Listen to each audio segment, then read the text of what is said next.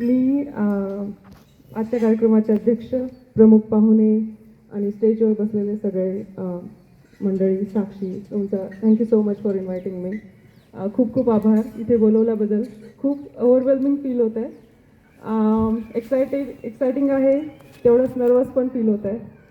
कितीतरी डॉक्टरांसमोर मी खूप मोठे मोठे प्रेझेंटेशन्स दिले, पण विद्यार्थ्यांसमोर खूप कमी वेळा प्रेझेंट केलं आहे. त्याच्यामुळं कुठला सब्जेक्ट बोलू, कशावर बोलू याचा मला प्रश्न पडत होता. आणि मी कालपासून विचार करते की मी कोणता सब्जेक्ट चूज करू, तुमच्यासाठी कोणता युजफुल राहील. आणि हा विचार केला की अभ्यास कसा करायचा याच्यावर मी थोडंसं बोलू. कारण की जेव्हा आपण शाळेत तेव्हा सगळे म्हणतात अभ्यासा, कोण कसा अभ्यास करायचा हे कधीच शिकवत नाही. आणि अभ्यास म्हणजे करायचा काय त्याच्यामध्ये हे पण शिकवत नाही. टॉपर्स जे असतात ते नेहमी अभ्यास करतात, स्मार्ट वेनी अभ्यास करतात आणि सक्सेसफुल होतात. पण जे ॲव्हरेज किंवा अबोव्ह ॲव्हरेज विद्यार्थी असतात त्यांना टॉपर कसं बनवायचं किंवा कसं सक्सेसफुल व्हायचं याच्यासाठी मला वाटतं की खूप कमी मार्गदर्शन मिळतं. आणि मला वाटलं की ह्या विषयावर मी थोडंसं बोललं तर सगळ्यांना त्याचा फायदा होईल.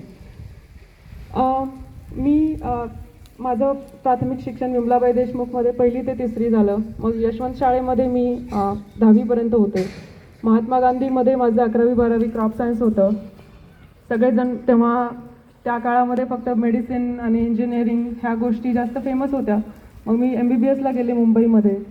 मराठी मीडियममध्ये एज्युकेशन झाल्यामुळे खूप अंडर कॉन्फिडंट वाटायचं. जेव्हा मी मुंबईला तेरणा मेडिकल कॉलेजला गेले तेव्हा एक न्यूनगंड होता.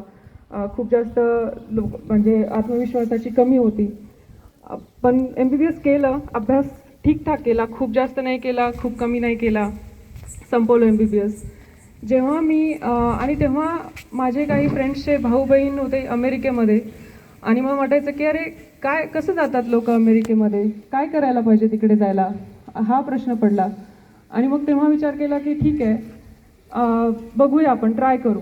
जेव्हा मी याची चौकशी केली तेव्हा एक खूप ओव्हरवेल्मिंग प्रोसेस वाटली. तेव्हा खूप जास्त लोक जायचे नाहीत आणि मग वाटलं की आपल्याच्याने शक्य नाही.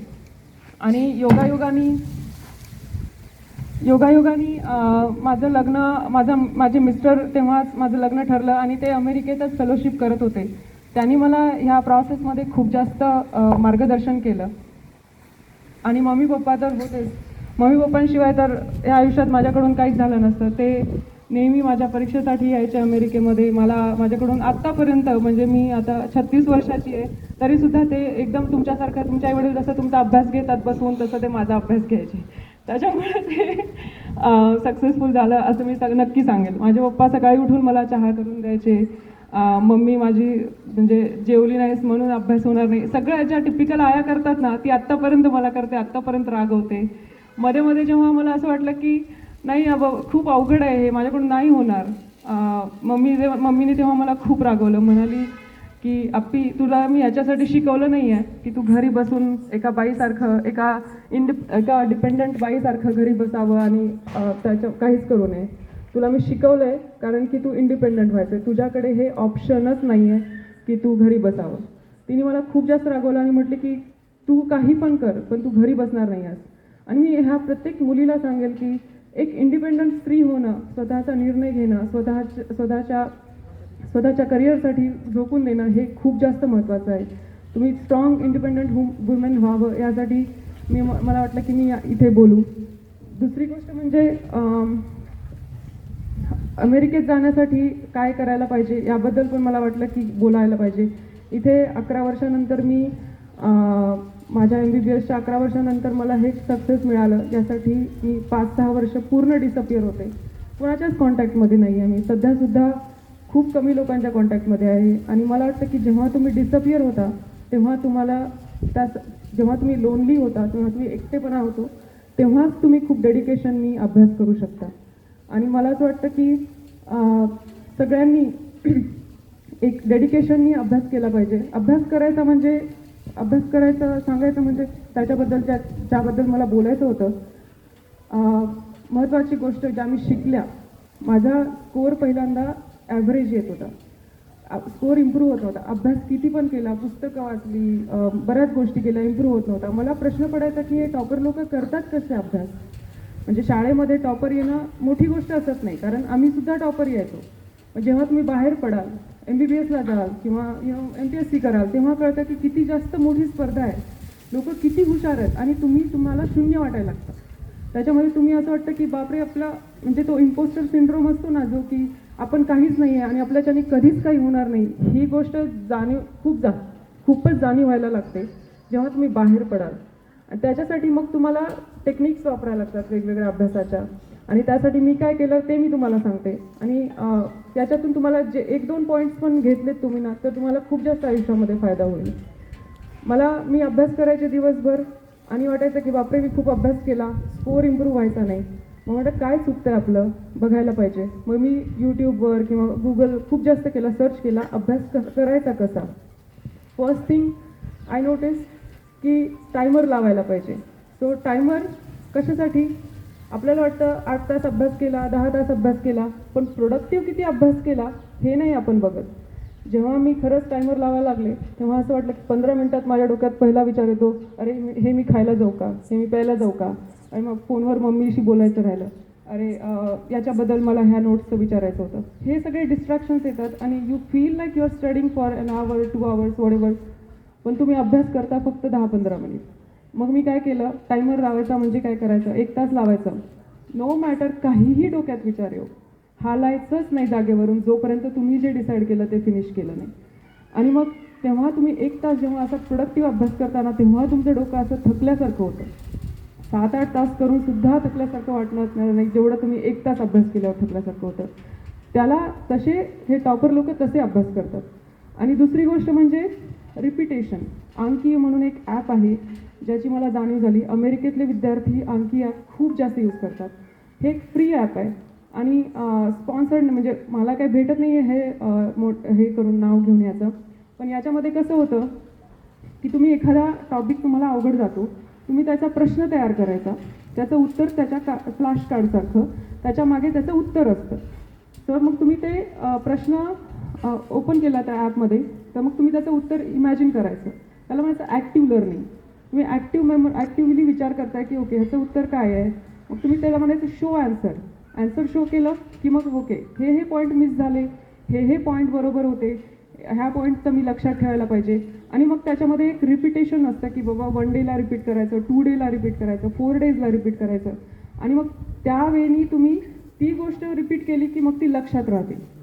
तुम्ही एखादी गोष्ट पाठ केली की मग ते जर तुम्ही दुसऱ्या दिवशी रिवाईज नाही केली ना, तुम्ही 60 to 70% गोष्ट विसरलेली असतात. आणि मग तुम्ही जर दुसऱ्या 2-3 दिवस रिवाईज नाही केली, 80% गोष्ट तुम्ही विसरलेली असतात. So repetition is the key. हे मला खूप जास्त लक्षात आलं. आणि अमेरिकेतले विद्यार्थी सगळे हे अंकी यूज करतात, हे रिपिटेशन त्यांच्याकडे त्यांना ते स्किल आलेलं आहे. आणि मग जेव्हा मी हे वापरायला सुरू केलं ना, एकदम सडनली माझ्या स्कोअरमध्ये इम्प्रूव्हमेंट झाली. आणि आज लाईक की वाव सरप्राईज की आपल्याला हे कुणीच शिकवलेलं नाही, आपल्याला ह्या सगळ्यांचा शोध लावावा लागतो किंवा चौकशी करायला लागते. मग मी त्यांना विचारायचे की तुम्ही करता काय वेगळं, कसं करता वगैरे. त्याच्यातून मला हे कळलं की हे लोक असं अंकी यूज करतात. दुसरी गोष्ट कळली की आपण स्टडी पार्टनर शोधू शकतो. स्टडी पार्टनर लोक म्हणतात मला नाही भेटत, असं होतं तसं होतं. पण स्टडी पार्टनर एवढी चांगली गोष्ट कुठली नाही. माझे स्टडी पार्टनर मी असे ऑनलाईन शोधायचे, रिमोटली शोधायचे, कुठले पण शोधायचे किंवा इन पर्सन शोधायचे. आणि मग त्यांना म्हणायचे की माझ्यासोबत अभ्यास करता का. माझे स्टडी पार्टनर एकदम हुशार, माझ्यापेक्षा पण हुशार. त्यांच्यासोबत अभ्यास करायला ना खूप अनकम्फर्टेबल व्हायचं की आपल्याला येत नाही, त्यांना येतं. आणि बऱ्यापैकी जेव्हा हुशार विद्यार्थी असतो ना, तो थोडासा म्हणजे सेल्फिश टाईप, थोडासा खडूस असे असतात. आणि वाटायचं की यार मी कशाला त्रास करून घेते ह्या लोकांसोबत अभ्यास करून, एवढे जास्त खडूस आहे ते. पण त्यांच्याकडून जे शिकायला भेटतं ना, ती वेगळी गोष्ट. मग विचार करायचं की 1-2 तास अभ्यास करतो आपण, ठीक आहे, म्हणजे सहन करायचं थोडंसं, बट आपल्याला शिकायला भेटतं त्यांच्याकडून भरपूर. आणि मग त्यांच्यासोबत अभ्यास करताना त्यांना उत्तर येतात, आपल्याला येत नाहीत. मग ती जी कमीपणाची जाणीव असते ना, त्याच्यामध्ये त्या गोष्टी लक्षात राहतात जास्त. आणि दुसरी गोष्ट म्हणजे मग असं पण होतं की यार ह्यांना एवढं येतं, आपण थोडंसं ॲक्टिव्हली प्रयत्न करायला पाहिजे लक्षात ठेवायचा. याच्यामुळे पण खूप जास्त फायदा व्हायचा. माझे आत्तापर्यंत मी मेजॉरिटी टाईम्स स्टडी पार्टनरसोबत अभ्यास केला आहे. आणि आत्तासुद्धा माझी फायनल एक्झाम झाली रेडिओलॉजीची, त्याच्यामध्ये सुद्धा मी स्टडी पार्टनरसोबत अभ्यास केला आहे. आणि मी सांगते ह्याच्यामुळे एवढा फायदा होतो. जेव्हा तुम्ही अभ्यास कराल तेव्हा अशी मैत्रीण किंवा मित्र चूज करा जो की खूप जास्त एक्सपर्ट आहे. आणि आपल्याला जरी अनकम्फर्टेबल फील झालं तरी पण करा अभ्यास त्यांच्यासोबत. तुम्हाला तुमचे म्हणजे 70-80% असतील त्याचे 90% होतील. मे बी तुम्ही टॉपर नाही व्हाल, बट तुमच्यामध्ये इम्प्रूव्हमेंट 100% होईल. दुसरी गोष्ट म्हणजे at the end of the day जर तुम्ही खूप टायर्ड असाल आणि तुमचा अभ्यास होत नाही आहे, तेव्हा मग मी व्हिडिओज ऐकणं, लेक्चर्स ऐकणं याचा उपयोग करायचे. So and most important thing आहे क्वेश्चन सॉल्व करा, क्वेश्चन बँक सॉल्व करा. याच्यामध्ये ॲक्टिव्ह मेमोरायझेशनवर भर द्या. खूप जास्त मी सुरुवातीला जेव्हा फक्त पुस्तकं वाचायचे दिवस रात्र आणि वाटायचं की बापरे आपण एवढा अभ्यास करतोय, काय इम्प्रूव्हमेंट होत नाही या स्कोअरमध्ये, तेव्हा लक्षात आलं की एक हेच आहे जे की तुम्ही ॲक्टिव्ह मेमोरायझेशन नाही केलं ना, तुमच्या स्कोअरमध्ये कधीच इम्प्रूव्हमेंट होत नाही. आणि ही गोष्ट तुम्हाला आत्ता शाळेपेक्षा म्हणजे शाळेमध्ये असताना ना आम्ही पण टॉपर्स होतो आणि टॉपर्स असताना 1 दिवस 2 दिवस अभ्यास करून सुद्धा आम्ही टॉपर्स यायचो, असे हुशार होतो. पण जेव्हा बाहेर पडल्यावर कळतं की अरे आपण किती पाण्यात असते. आणि दुसरी गोष्ट म्हणजे आता खूप आमच्या वेळेस थोडंसं हे यूट्यूब आणि सोशल मीडिया हे सगळं नव्हतं एवढं, त्याच्यामुळे it was easier to study at the time. But आता कसं, आता खूप जास्त डिस्ट्रॅक्शन्स आहेत, खूप जास्त डिस्ट्रॅक्शन्स. आणि मला पण ह्या डिस्ट्रॅक्शन्सचा खूप त्रास झाला आणि मी सांगेल की माझे 1-2 वर्ष प्रोबॅबली ह्या डिस्ट्रॅक्शन्समध्ये गेले असतील. यूट्यूबवर मी खूप जास्त टाईमपास करायचे. तेव्हा मी यूट्यूबचा असा उपयोग केला की मी मोटिवेशनल व्हिडिओज ऐकायचे, मग मी टेड टॉक्स ऐकायचे, जेणेकरून माझ्या पर्सनॅलिटीमध्ये, थॉट प्रोसेसमध्ये इम्प्रूव्हमेंट व्हावी. आणि मग मी एक लिमिटेशन दिलं स्वतःला. मम्मी पप्पा माझे मम्मी पप्पा म्हणजे माझ्यासाठी देव, ते सगळ्यात जास्त महत्त्वाचे जगामध्ये. मग मी त्यांची शपथ स्वतःलाच द्यायचे की आता मी 30 दिवस, आता परीक्षा आहे माझी 30 दिवस किंवा 60 दिवस, माझ्यावर मी स्वतःला शपथ द्यायचे की मग मी 1 तासाच्या वर रोज यूट्यूब बघणार नाही किंवा सोशल मीडियावर मी अजिबात नव्हते. आत्ता मी रिसेंटली फेसबुक जॉईन केलं, कारण की ह्या डिस्ट्रॅक्शन्समध्ये जर तुमचा सेल्फ कंट्रोल असेल तर पॉसिबल आहे तुम्ही अभ्यास करणं. पण माझ्यावर सेल्फ कंट्रोल नाही आहे, हे मला माहिती आहे. माझे विकनेसेस मला माहिती आहेत आणि मग मी त्याच्यावर वर्क केलं की मी सोशल मीडियावर नाही अजिबात. मी यूट्यूब ओपन केला तर माझ्यावर लिमिटेशन्स होते आणि 1 महिना आधी, एक्झामच्या 2 महिन्या आधी no YouTube at all. Like YouTube माझ्या फोनमध्ये ॲपसुद्धा नसायचं. मग मी ॲप्सवर टायमर्स लावायचे की व्हॉट्सॲप आहे तर व्हॉट्सॲपवर मी किती वेळ घालणार, 15 मिनिट्स माझे रेस्ट्रिक्शन असायचे. 15 मिनिटाच्या वर मी व्हॉट्सॲपवर द्यायलाच नाही पाहिजे. प्रत्येक गोष्टीवर एक टाईम लिमिट होती. स्क्रीन टाईम माझा फोनचा असायचा लिमिटेड की 1 to 2 hours. त्याच्या पुढे मी जर गेले की मग मी अजिबात फोनच वापरायचे नाही. फोन वापरायचा असेल तर majority Times I tried phone use करायचा नाही अभ्यास करताना, दुसऱ्या रूममध्ये ठेवायचा. आणि जर समजा आमचा व्हिडिओ कॉल किंवा स्टडी पार्टनर असेल त्याच्यावर मी अभ्यास करत असेल ना, तर मग व्हिडिओ कॉल असेल तर of course you have study partner, you don't have any other distraction because she is studying, he is studying and then you don't have other option rather than studying.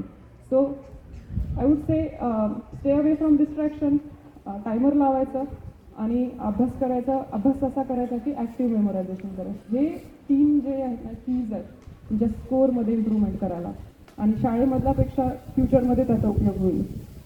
मला ह्या शाळेचा उपक्रम खूप आवडला. म्हणजे आता MPSCमध्ये सक्सेसफुल आहे साक्षी. मी एकदम आंतरराष्ट्रीय स्तरावर जाऊन इंटरव्हेन्शनल रेडिओलॉजीसारख्या ब्रांचमध्ये मी फेलोशिप करते.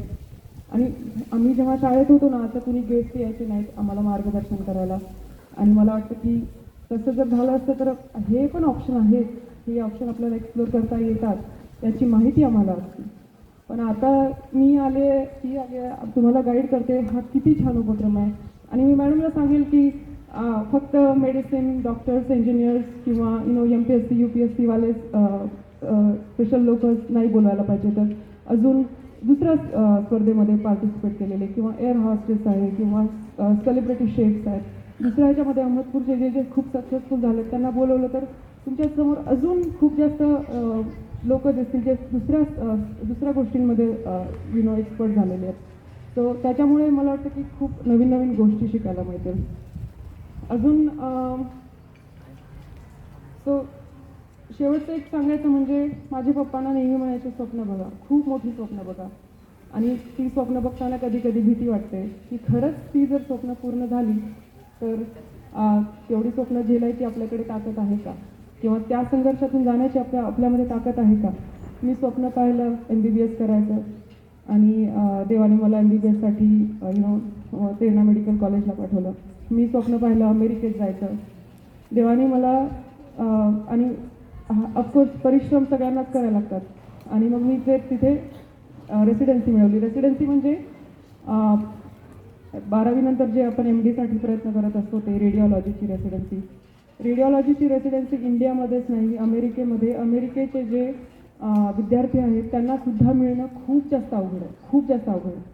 म्हणजे ते लोक प्रयत्न करतात तरीसुद्धा त्यांना सुद्धा प्रायोरिटी मिळत नाही. मी एकटी आंतरराष्ट्रीय मेडिकल स्कूलमधून आलेली विद्यार्थी आहे आमच्या पूर्ण प्रोग्राममध्ये.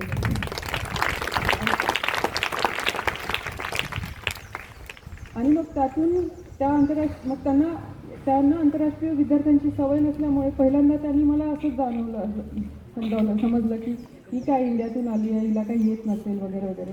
नंतर परत मला त्यांचा पूर्ण गैरसमज काढावा लागला की नाही, आम्ही खूप हुशार आहोत, आम्ही खूप जास्त मेहनती आहोत. जेव्हा मी फेलोशिप म्हणजे सुपर स्पेशलायझेशन एक इंटरव्हेन्शनल रेडिओलॉजीमध्ये फेलोशिप करणं म्हणजे it's a cutting edge technology. एवढी जास्त ॲडव्हान्स टेक्नॉलॉजी आहे की इंडियामध्ये फक्त त्याच्या 24 जागा आहेत आणि त्या 24 जागा फक्त मोठ्या फक्त शहरांमध्ये आहेत. त्या 24 म्हणजे आणि अमेरिकेमध्ये सुद्धा ते एवढं कॉम्पिटेटिव्ह आहे की लोक इवन माझ्या क्लासमधले एकसुद्धा त्या फेलोशिपसाठी निवड झाली नाही. आणि माझी निवड झाली आहे ती हार्वर्ड युनिव्हर्सिटीमध्ये. हार्वर्ड म्हणजे एखादं आयव्ही लीग कॉलेजेस असतात. तुम्ही कुठल्या पण न्यूज आर्टिकल किंवा कुठल्या पण यूट्यूब मीडियावर बघितलं तर सगळे म्हणतात हार्वर्डमधल्या रिसर्चमधून हार्वर्डचे प्रोफेसर, हार्वर्डचे हे जे मोठमोठे गेस्ट असतात ते सगळे हार्वर्डमधून आलेले असतात. तिथे जेव्हा झालं माझं सिलेक्शन तेव्हा मला असं वाटलं की बापरे, खरंच ही खूप प्राऊडची गोष्ट आहे. एक अहमदपूरची मुलगी सुपर स्पेशलायझेशन करायला, तेही इंटरव्हेन्शनल रेडिओलॉजी, त्याचं नाव इवन इथले डॉक्टर लोकांनी सुद्धा ऐकलेलं नाही आहे. अशा टेक्निक्समध्ये करते जिथे पेशंट एका दिवसात डिस्चार्ज होतो, मिनिमली इन्व्हेसिव्ह प्रोसिजरमध्ये आणि लाईफ सेव्हिंग प्रोसिजर्स आम्ही करत असतो. त्याच्यामुळे याचा मला खरंच खूप अभिमान आहे. आणि ह्याचं करिअरमध्ये जर कोणाला अमेरिकेमध्ये यायचं असेल किंवा इथे पण काही करायचं असेल ना, माझा फुल सपोर्ट आहे. कोणी पण मला रीच आउट करा. I am here to help you. I am really proud of you. तुम्ही सगळे गोड विद्यार्थी, मला एवढी जास्त आठवण झाली माझ्या लहानपणीची. आम्ही पण असंच बसायचो आणि मला असं वाटतं की तुम्ही तुमच्यातले बरेच विद्यार्थी असेच खूप पुढे जाऊ आणि तुमचा पण आम्ही असाच सत्कार करू. एवढे बोलून शेवटी सांगते, dream big, stay humble and pray to God, how can I be helpful to people in need? And I think God will create that path for you. Thank you so much for inviting me. I appreciate it.